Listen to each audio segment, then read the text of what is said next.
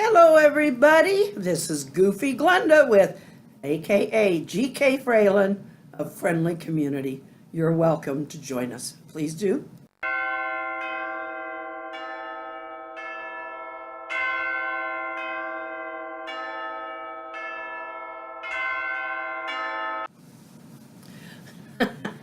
How'd you like that opening, guys? I am the Goofy Glenda. Goofy kind of weird. And I like it. And I like it. Anyway, one of these days I will put, one of these days soon, maybe tomorrow, I'm going to put together a bloopers clip and you see some of the stuff that I deleted from that video of me putting that necklace together last night. The last couple days, we've had some of our regular troublemakers. I'm kidding. They've been coming up with some words. They've been throwing out words and asking us to try and figure out what they mean. Now, Carla started it.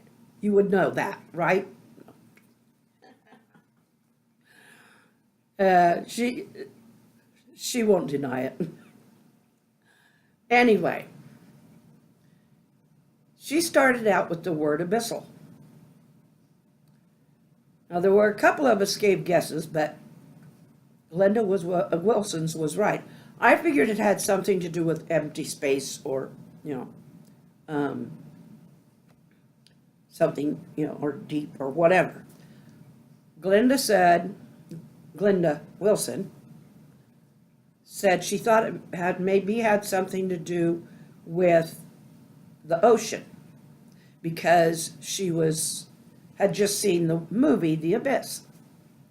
As it turns out, abyssal means deep in the ocean, so she was right.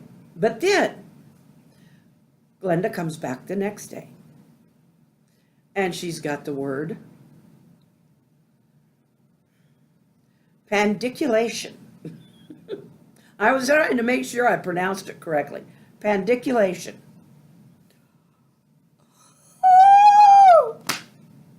Yawn. That was pandiculation. I was pendiculating. It is a yawn. So this is really becoming a fun thing. And I know every once in a while I'll do this weird word world where it's actually me just picking out words that I think are that I can, put together in some silly, they're not always uncommon words, but I can put them together in some silly, why do we say this kind of thing. Anyway, but I haven't done that for a while. But this is different.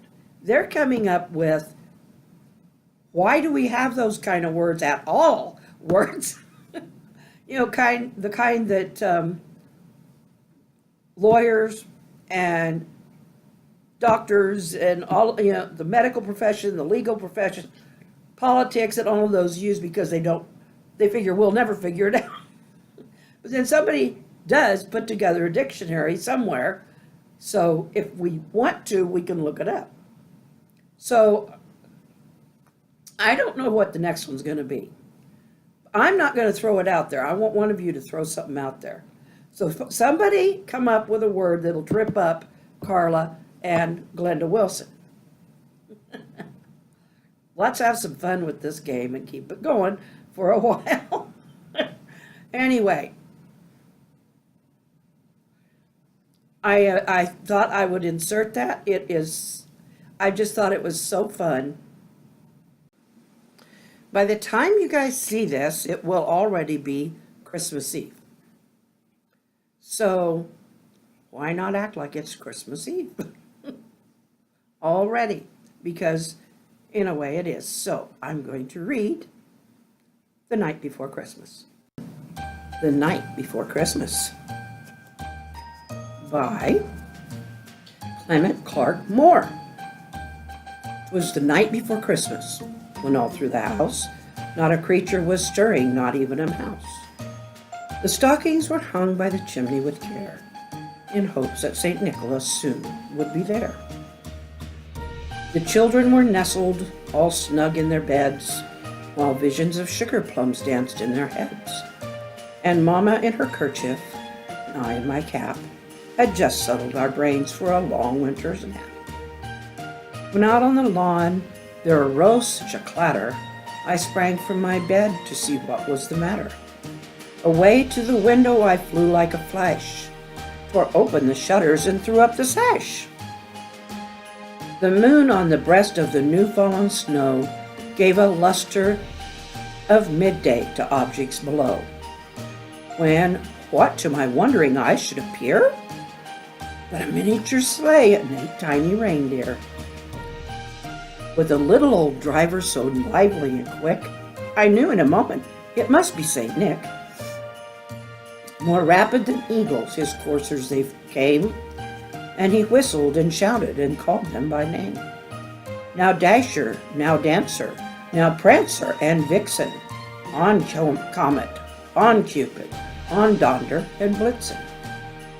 To the top of the porch, to the top of the wall, now dash away all. As dry leaves that before the wild hurricane fly, when they meet with an obstacle mount to the sky, so up to the housetop the coursers they flew, with the sleigh full of toys and St. Nicholas too. And then in a twinkling I heard on the roof the prancing and pawing of each little hoof. And I drew in my head and was turning around. Down the chimney St. Nicholas came with a bound. He was dressed all in fur from his nose to his foot, and his clothes were all tarnished with ashes and soot. A bundle of toys he had flung on his back, and he looked like a peddler just opening his sack. His eyes, how they twinkled, his dimples, how merry. His cheeks were like roses, his nose like a cherry. His droll little mouth was drawn up like a bow, and the beard of his chin was as white as the snow. The stump of a pipe he held tight in his teeth, and the smoke it encircled his head like a wreath. He had a broad face and a little round belly that shook when he laughed like a bolt full of jelly. He was chubby and plump, the right jolly old elf. I laughed when I saw him in spite of myself. A wink of his eye and a twist of his head, soon he gave me to know I had nothing to dread.